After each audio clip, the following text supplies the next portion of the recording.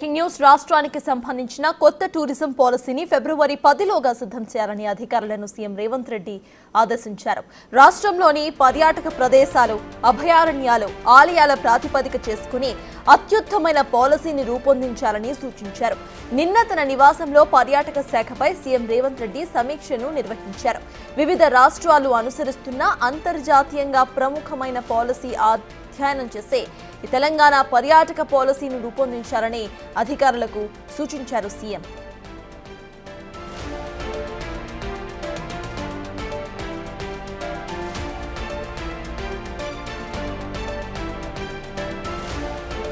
తెలంగాణకు దేశీయ పర్యాటకులనే కాకుండా ఇంటర్నేషనల్ టూరిస్టులను సైతం ఆకర్షించాలని అన్నారు. పర్యాటక రంగంలో మల్టీనేషనల్ కంపెనీస్ పెట్టుబడులను ఆకర్షించేలా పాలసీ ఉండాలని తెలిపారు సీఎం. ఇక ఎంఎన్సీలు పెట్టుబడులు పెట్టినప్పుడు అంతర్జాతీయ స్థాయి ప్రమాణాలతో వసతులు ఏర్పడతాయని, అప్పుడు పర్యాటకుల ఆకర్షణ సులువవుతుందని అన్నారు.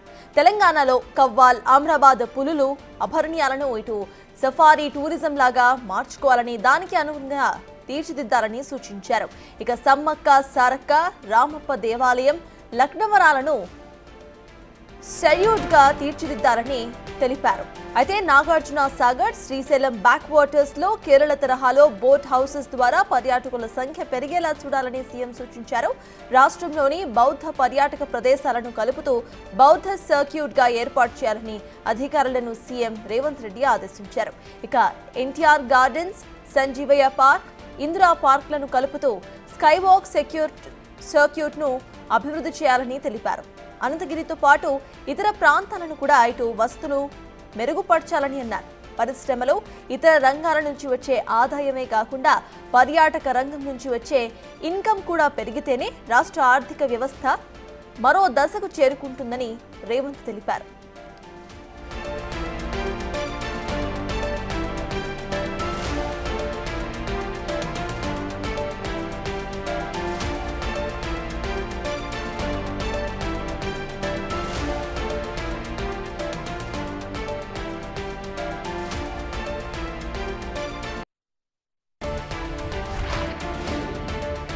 ఇప్పటికే రాష్ట్రానికి సంబంధించిన కొత్త టూరిజం పాలసీని ఇటు ఫిబ్రవరి 10లోగా సిద్ధం చేయాలని అధికారులను సీఎం రేవంత్ రెడ్డి ఆదేశించారు. రాష్ట్రంలోని పర్యాటక ప్రదేశాలు, అభయారణ్యాలు, ఆలయాల ప్రాతిపదికన చేసుకుని అత్యుత్తమైన పాలసీని రూపొందించాలని సూచించారు సీఎం. అయితే నిన్న తన నివాసంలో పర్యాటక శాఖపై సీఎం రేవంత్ రెడ్డి ఫోకస్ చేశారు. వివిధ రాష్ట్రాలు అనుసరిస్తున్న అంతర్జాతీయంగా ప్రముఖమైన పాలసీస్ ను అధ్యయనం చేసి తెలంగాణ పర్యాటక పాలసీని రూపొందించాలని అధికారులకు సూచించారు. అయితే ఈ టూరిజం పాలసీలో కేవలం దేశీయ టూరిస్టులు మాత్రమే కాకుండా అంతర్జాతీయ టూరిస్టులను కూడా ఆకర్షించేలా ప్లాన్ ఉండబోతోంది.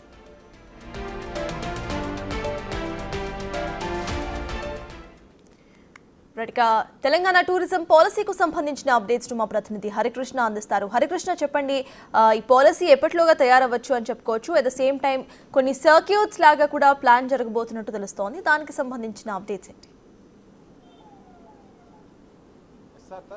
రాష్ట్రంలో టూరిజం పాలసీ తీసుకురావాలని చెప్పేసి సర్కార్ భావిస్తుంది. ఇప్పటికే ఈ పాలసీ పైన అసెంబ్లీలో చర్చ కూడా జరపడం జరిగింది. అయితే ముఖ్యమంత్రి రేవంత్ రెడ్డి ఈ పాలసీపై ప్రత్యేక శ్రద్ధ చూపిస్తున్నారు. రాష్ట్రంలో దేశంలో ఎక్కడా లేని పాలసీ తెలంగాణలో ఉండాలి, అంతర్జాతీయ నుంచి పర్యాటకులను ఆకర్షించాలి, దేశ విదేశాల నుంచి కూడా ఈ పర్యాటకులను ఆకర్షించి తెలంగాణలో ఆ విధమైన పాలసీ ఉండాలని చెప్పేసి కూడా ప్రభుత్వం భావిస్తున్న నేపథ్యంలో రాష్ట్రాల్లో అయితే మిగతా రాష్ట్రాల్లో ఏ విధంగా పాలసీ ఉంది, అంతేకాకుండా అంతర్జాతీయ ప్రమాణాలతో కూడిన పాలసీని తీసుకురావాలని చెప్పేసి కాంగ్రెస్ సర్కార్ భావిస్తుంది. ఈ మేరకు ముఖ్యమంత్రి రేవంత్ రెడ్డి అయితే పర్యాటక శాఖపై ప్రత్యేక దృష్టి సారించారు. దీనిపైన సమీక్ష సమావేశం కూడా నిర్వహించడం జరిగింది. అయితే ప్రధానంగా ఏకో టూరిజం, టెంపుల్ టూరిజాన్ని డెవలప్ చేయాలని చెప్పేసి కూడా ముఖ్యమంత్రి రేవంత్ రెడ్డి అధికారులకు ఆదేశాలు జారీ చేయడం జరిగింది.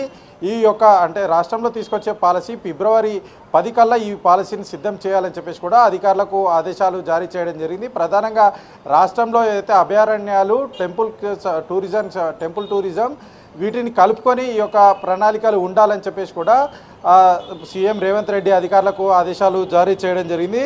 అంతేకాకుండా సమ్మక్క సారక్క జాతరలు జరిగే సమయంలో భక్తులు, పర్యాటకులు ఎక్కువగా ఆకర్షించేందుకు రెవెన్యూ, ఫారెస్ట్, టూరిజం డిపార్ట్మెంట్లు ఇవన్నీ కూడా ఇట్లా జాతరలు జరిగే సమయంలో ఈ 3 డిపార్ట్మెంట్లు కూడా సంయుక్తంగా పనిచేసి పర్యాటకులను అటు భక్తులను పెద్ద ఎత్తున ఇక్కడికి వచ్చే విధంగా చూడాలి, ఆ విధంగా పాలసీ రూపొందించాలని చెప్పేసి కూడా ముఖ్యమంత్రి రేవంత్ రెడ్డి అధికారులకు ఆదేశాలు జారీ చేయడం జరిగింది.